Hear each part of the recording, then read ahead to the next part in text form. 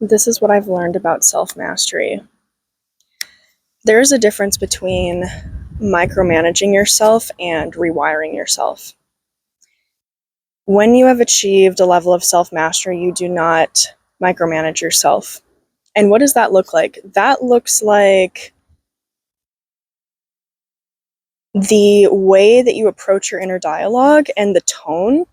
Because when you're rewiring, there is, like, it comes from a place of love and gentleness and compassion, whereas when you micromanage yourself, it's like critical and it's almost got like a hard hand behind it, and that's not productive in the 3D, and it's not good for your nervous system either to do that.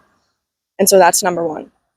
Number two is you are responsible and you have a semblance of routine, but you're also open to flow and change, because it's not good to live, I shouldn't say not good.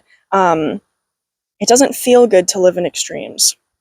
To be overly attached to a routine versus not having any routine at all and not any self-discipline. The answer lies somewhere in between, of course. And so whatever that looks like for you, whatever works for you, whatever allows you to do what you need to do in your day, but also doing what you want to do in your day for all life categories and for your entire well-being, that is a level of self-mastery.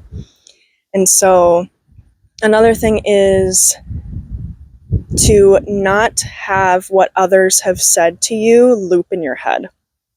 Not replaying conversations. I used to be very guilty of this. It does have some roots in anxiety and people-pleasing, or like just trauma-based kind of survival mechanism to replay what people say, just in case you find something that you said, or you need to clarify something so that they understand you better, you need to apologize for something. It's like the constant looping and the rumination and the rehearsing is extremely depleting.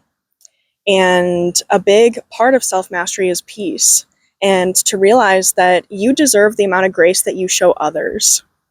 Okay? Trust that the people in your life that you surround yourself with are people who understand you and are compassionate. And if they had a problem of any kind with you, they would bring it up in a way that was constructive and helpful and respectful and loving. And if that is not the case with your current relationships, then I invite you to reflect on that and what might need to change. So another thing is to be able to sit with tough emotions. I don't know why I said it like that. You can get angry and it can be very counterproductive if you are feeling something that's uncomfortable and you immediately launch into a analysis mode or a like trying to logic your way out of it. Ways to sit with an emotion include music, listen to music that invokes that emotion, cry it out, meditate with it, and maybe engage in some slow movement without trying to change your current state. That is the key. Don't try to change it, just be with it in whatever way your body is calling you to be. And then once that feels sufficient, once that feels complete, then you can move into being curious about it. Ask yourself questions without judgment. That part is very, very important, the without judgment part. And the revelations may surprise you.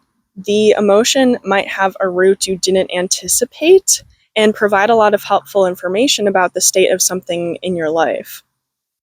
So you can't really get there without first holding space for it in the way that your body is calling it to be held space for, and then approaching it instead of like critical analysis. It is curiosity, love, compassion for yourself. That's how those deep teachings can come through. And so another thing is knowing, this is huge, oh my goodness, knowing what you truly want in any given moment, having that wisdom and discernment between long-term wellness and short-term pleasure. So I mean, I'll share with you. I've run into this a lot as a woman in Western society in the dating scene, especially with intimate activities. Okay, I struggled because I was like, well, I do feel free and I do feel empowered, right? But where's that actually coming from? Did it come from a place of fear of like, oh, I don't know when I'm going to get this opportunity again? Or, oh, I'm thinking that this is a shadow feminine wound. If it comes from a place of like wanting to keep the person interested and not wanting to lose that person or that thing that you think is going really, really well at the expense of your long-term self and your long-term wellness, you might think that you want something in the moment, but you actually don't. And it takes so much intention and courage to sit with yourself and to be able to distinguish that difference. And it takes practice. So please be compassionate with yourself. Again, I don't want to say messed up, but I've been through a lot of things, and I didn't always make the most aligned choice for myself in the moment, and I forgive myself for that because I was still learning.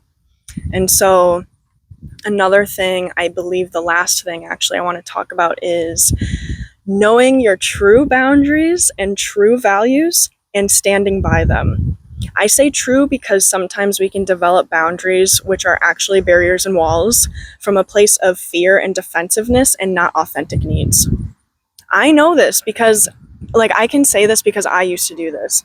I had a document of what I was looking for and my boundaries and like absolute no's and like non-negotiables, things like that, which is good. I am such an organized notes girly. I'm a visual person. And so having things laid out like that not only serves as a good reminder for myself, but also something that I can share with people that I am romantically interested in. Specifically, that's the document I'm referring to. But it wasn't until I was in a very alchemical union type situation most recently that I realized that some of those points on my document were like very fear-based. They were very like societal program, collective wounding kind of energy around it. And I realized that it doesn't serve me. It didn't serve, it wasn't helpful, it wasn't aligned. And so I changed quite a bit of that. And I feel so much better about what my true boundaries actually are. And so that took a certain level of experience and reflection in order to see that and to be able to see like, okay, well, what is true and helpful and actually really, really about my safety and self-respect versus what's just fear or programming or what other people have said tends to happen. And so you can't do that and you need to avoid that. Like, you know, like, So that is what I wanted to say. That is it for today's video. Thank you guys so much for watching.